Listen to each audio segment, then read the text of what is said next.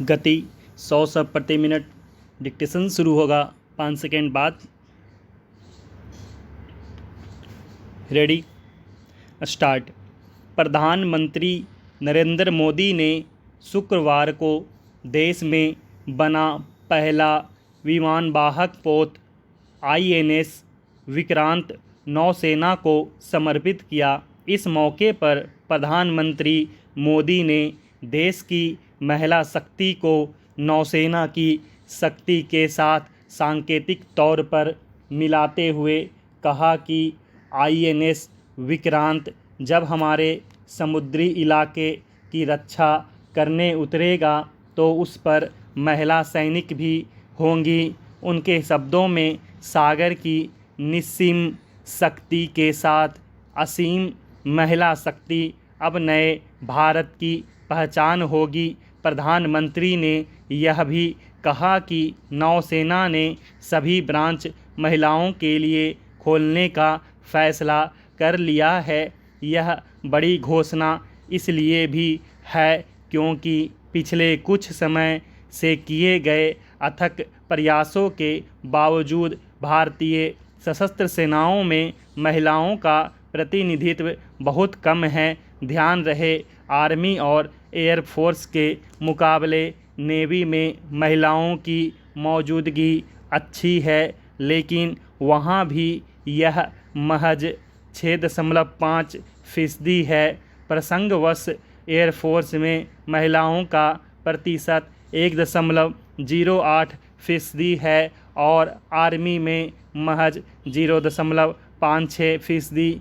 बेशक सशस्त्र सेनाओं को दुनिया भर में पुरुषों का क्षेत्र माना जाता रहा है, लेकिन इसमें महिलाओं की संख्या हर जगह इतनी कम नहीं है। उदाहरण के लिए 2020 में US मिलिट्री एकेडमी में 23% कैडेट महिलाएं थी। भारत में सशस्त्र सेनाओं में महिलाओं की कम संख्या की एक वजह शायद यह है कि यहाँ नर्सिंग जैसी शाखाओं को छोड़ दें तो महिलाओं को प्रवेश भी देर से मिला, लेकिन यह बात भी सही है कि वहाँ उनकी भूमिकाएं भी सीमित ही रही।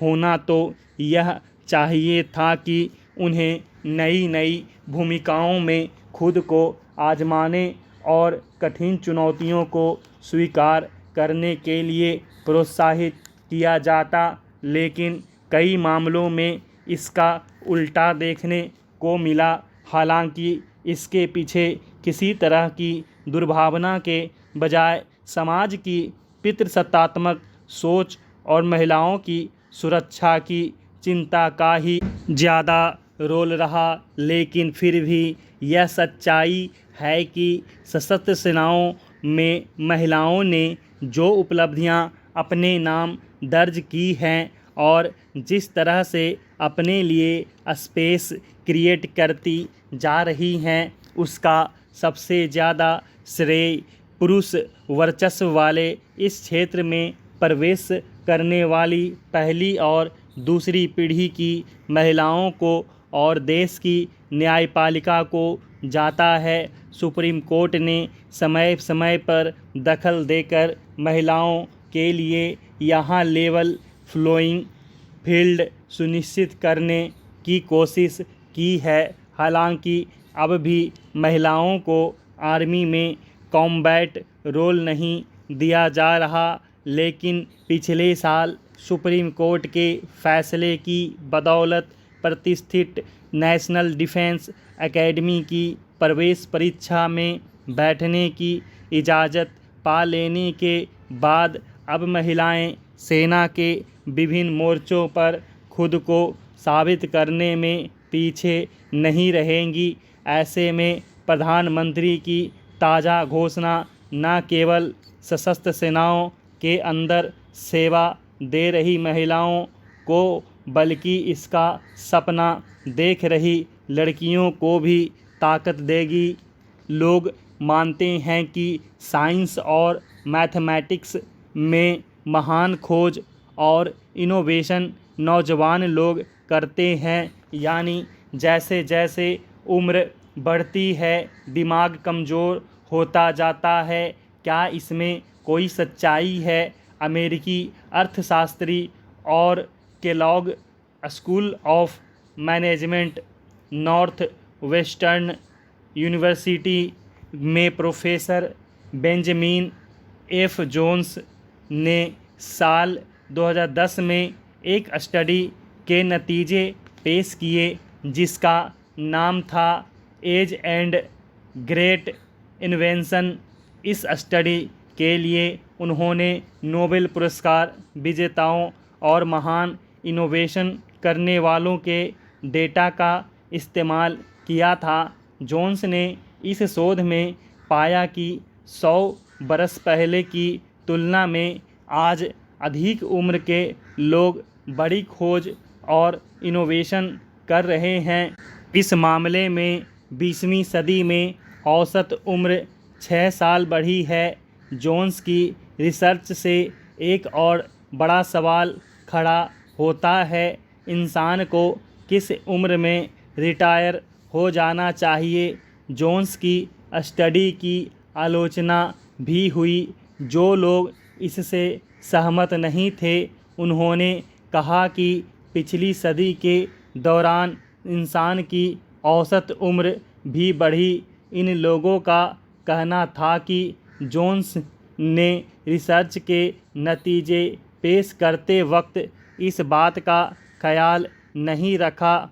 खैर, रिटायरमेंट की उम्र के सिलसिले में कुछ समय पहले हार्वर्ड बिजनेस रिव्यू में छपे एक लेख पर भी गौर करना दिलचस्प होगा।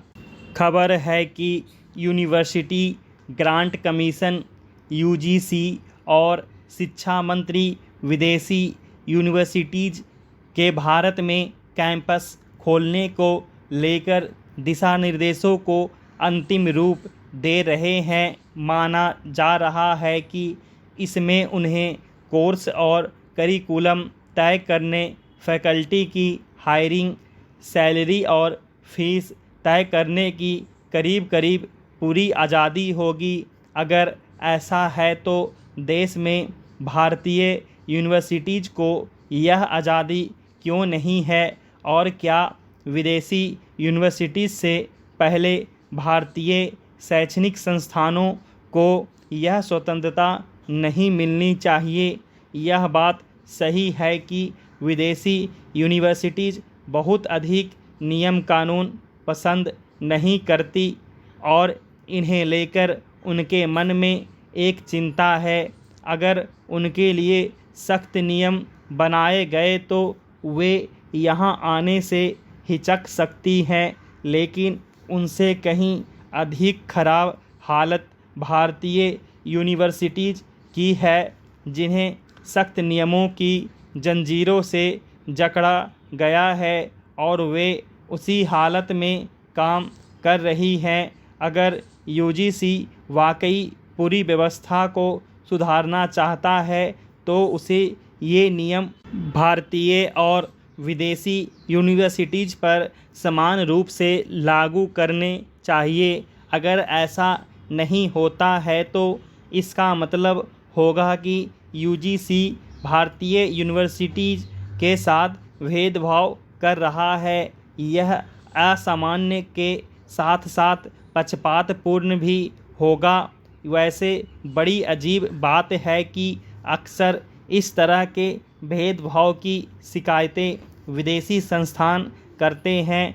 वे कहते हैं कि घरेलू संस्थानों को बढ़ावा देने के लिए उनके साथ बुरा बर्ताव हो रहा है, लेकिन यहाँ तो उल्टी गंगा बह रही है। भारत में सरकारी और प्राइवेट यूनिवर्सिटी के लिए बहुतेरे नियम हैं जो यूजीसी, एसआईसीटीई, एनएमसी, बीसीआई और राज्य सरकारों ने बनाए हैं। नए कोर्स शुरू करने हों, छात्रों की संख्या तय करनी हो, चाहे अकादमिक और एडमिनिस्ट्रेटिव कामकाज हों, सबके लिए नियम कानून हैं। हैरानी की बात है कि किसी भी पश्चिमी देश या यहाँ तक कि चीन में भी शिक्षा संस्थानों पर इस तरह से नियम थोपे नहीं गए हैं। भारत में शिक्षा संस्थानों की